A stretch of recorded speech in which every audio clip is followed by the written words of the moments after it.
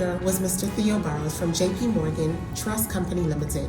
His challenge for us today is to be without excuses. The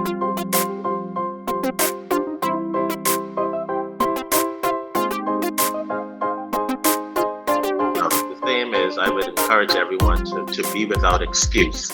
And so what do I mean by that?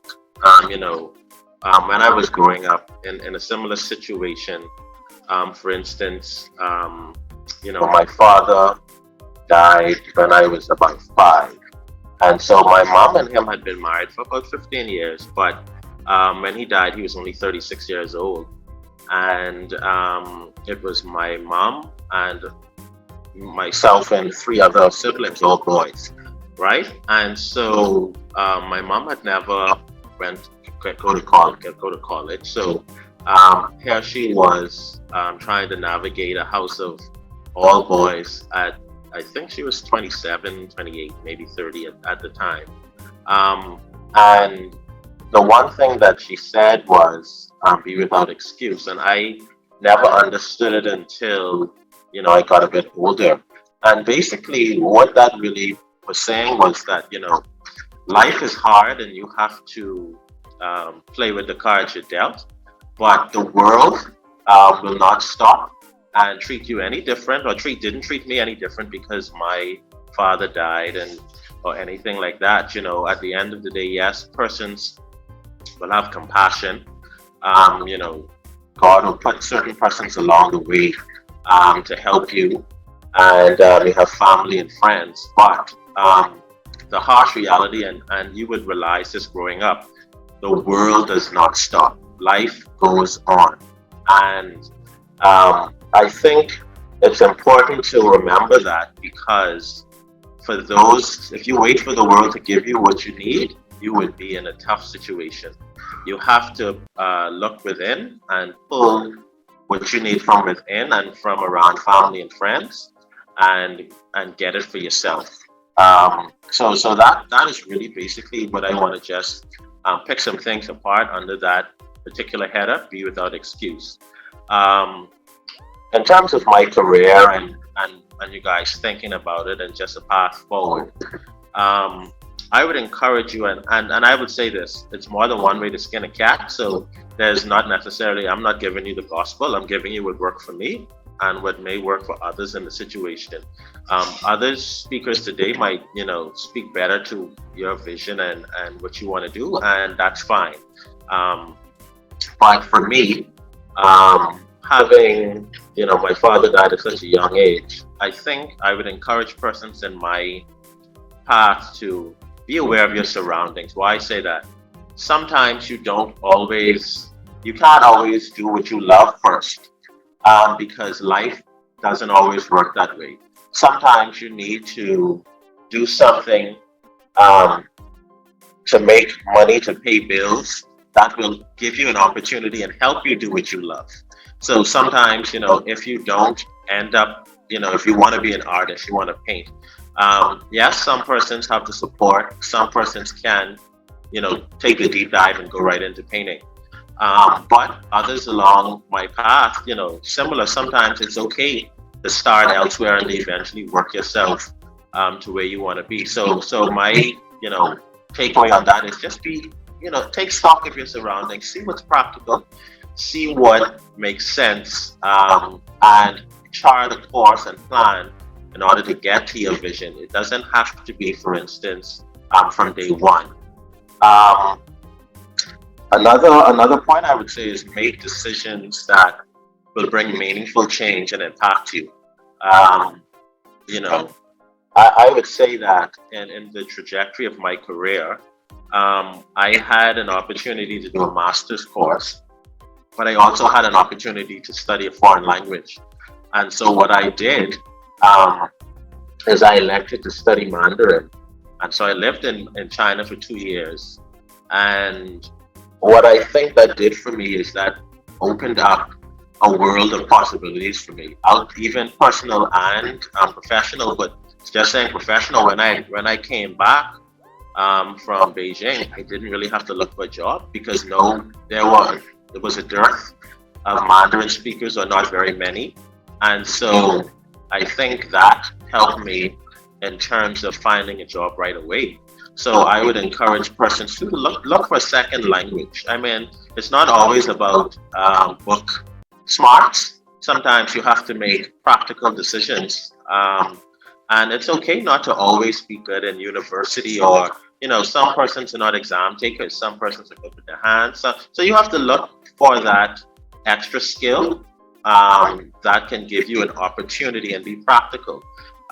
If going to university for a master's, or even sometimes, if that's not for you, or look at something else that will be for you, that will make a meaningful change in your life. Because at the end of the day, I will say that man or woman is only as good as his options or her options. And so you have to give yourself the most options available for you to make good decisions. And the second thing, because I know I'm limited on time here and I want to have questions, the second point I would make, I would give you some lessons or life experiences, mistakes I've made along the way. And when you do enter the workforce, or just generally, I would encourage you to know the difference between work and family. When I started my first job, what they did, bright eye and bushy tail, as Bahamians say, I actually thought that that was my family. I mean, I sacrificed, I stayed late, all hours, always took the extra task. Not saying that that's not what you do, but life is about balance. And I would encourage you in chasing your goals and being ambitious. All of that has what they call an opportunity cost.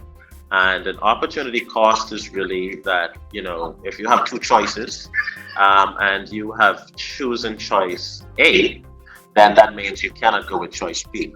So putting that in more practical terms, I would say that, and this is a mistake and then a lesson learned along my career by, moving up very quickly. I made partner in 6 years at my firm, and sometimes it takes about 10 to 15 years really to do it.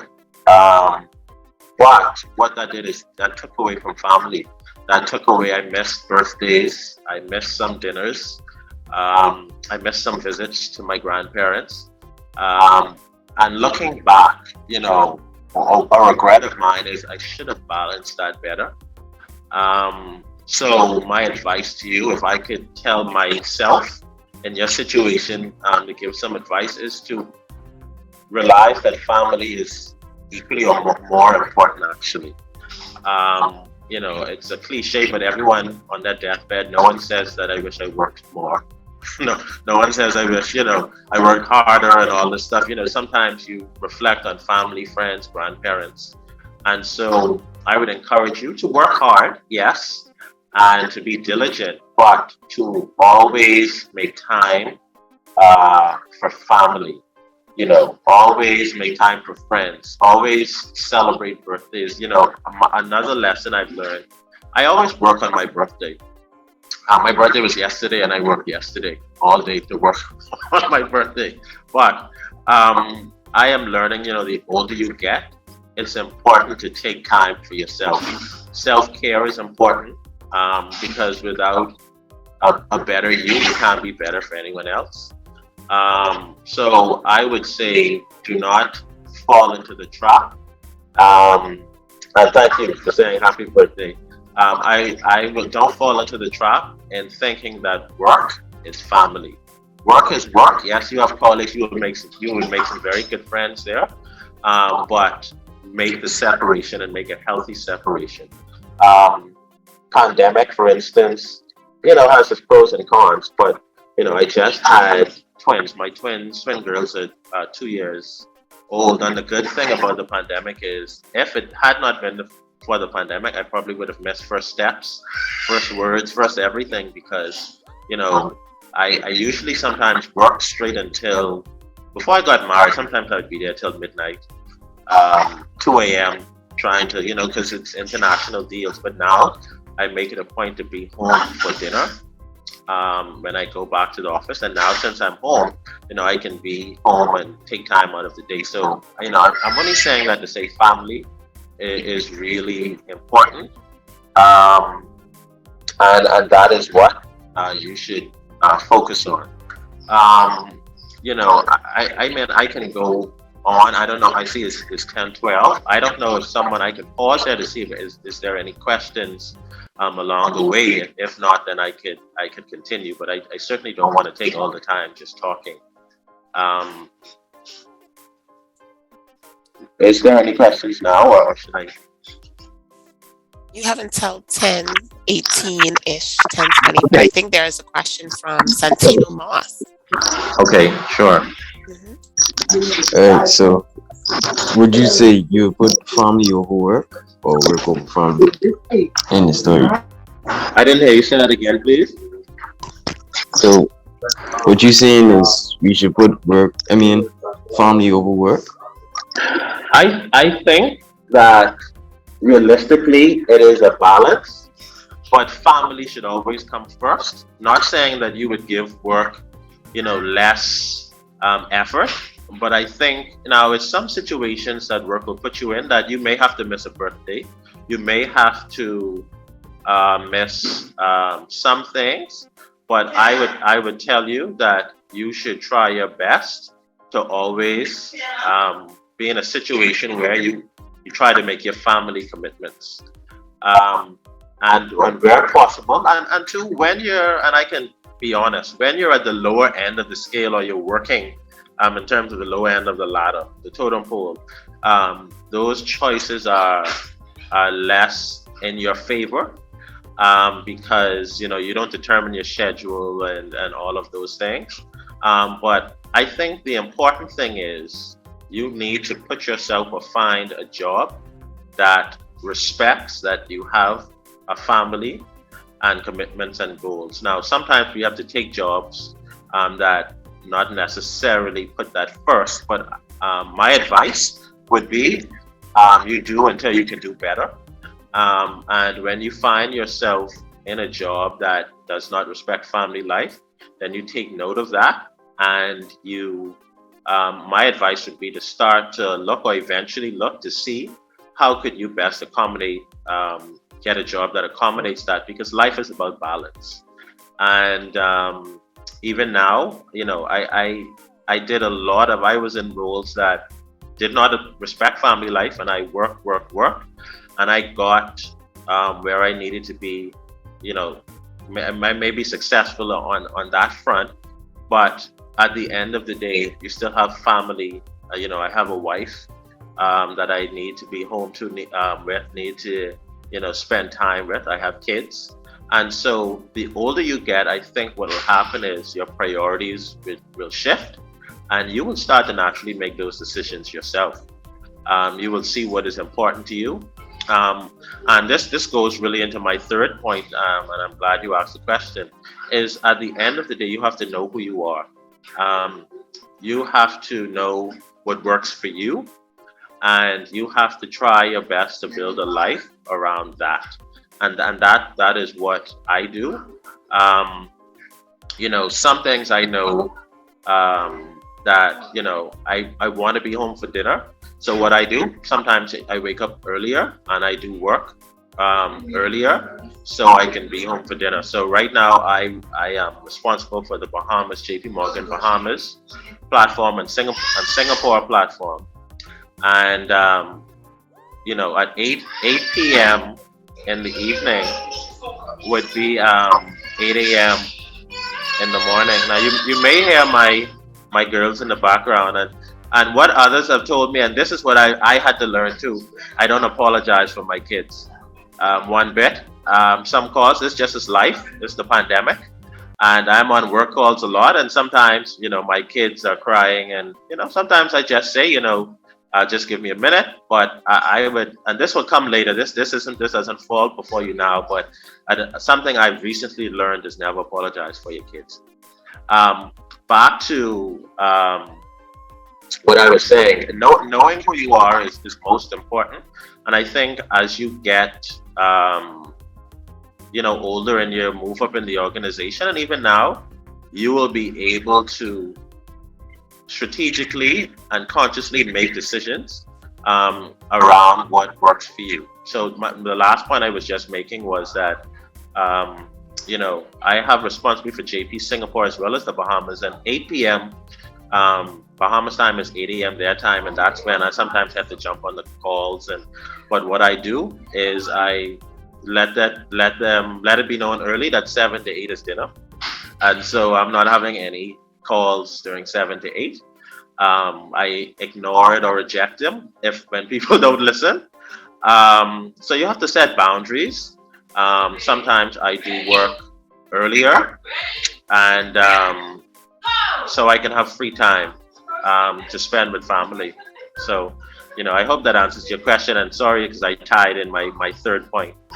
In No, that was perfect. I think we had one more question, Mr. Burrows. Is that from Brian Lowell? Brian, do you still have your question? We have 1 minute. So it was for the statement you said, like when you said that like you went to Chinese for 2 years to learn Mandarin. That opened my eyes because back in the day, every day, like every 2 days or whatsoever, it's a famous YouTuber named Xiao Mai on YouTube for my subscribers.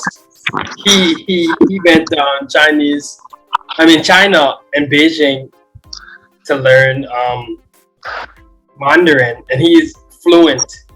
So I wanted to know if you was fluent in Mandarin.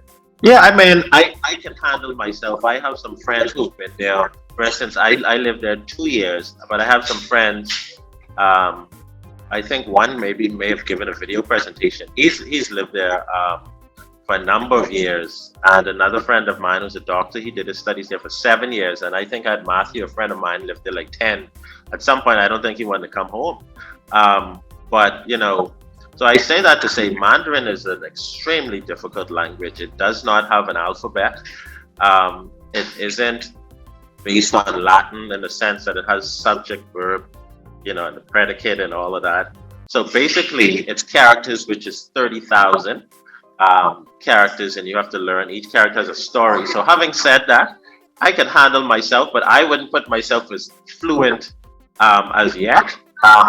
To be honest, and to give you a sense of it, there are persons born Chinese who are not even fluent in Mandarin, because Mandarin is the standard language, and all across the parts of China they speak different variations and different dialects and what have you. And I would encourage you to do this too. I actually also take Portuguese. That's something I started during the pandemic. I found someone online through actually a JP Morgan colleague who's in Brazil, and now I'm waking up 7:30 to 8:30 to take Portuguese lessons. So what I say that to say, I would encourage you guys, if you have the desire to learn a second language, reach out. I can give you, if it's Portuguese, I can give you the contact that I have, or set something up with Miss Johnson. That would be really great. Right. Yeah. And so, and she can. This tutor is very good, who can teach, classes. So that's something that I would do, and I would put myself on the line and say I'll be willing to pay for the first set of classes for anyone that is interested in. Wow, that's big, Theo. That's big, Mr. Burrows. That is big. So I'm gonna keep writing that down. Yes. Theo Burrows. Yeah. Portuguese. Yeah. That's awesome. And so I'm definitely going to keep that. You can email it to me, and I will make sure I get it to the students' website, so that if anyone is interested, that we can put that out there. But Mr. Burrows, we are so grateful for your time today. I know that you have another meeting to go to as well. So we thank you for your wealth of knowledge, and happy belated birthday from the virtual school. So we appreciate your time, and we know that this won't be the last time that you will share with us. So thank you. Tell your family hello, and we love you here at the virtual school. Thank you so much today. Thank you so much. I do.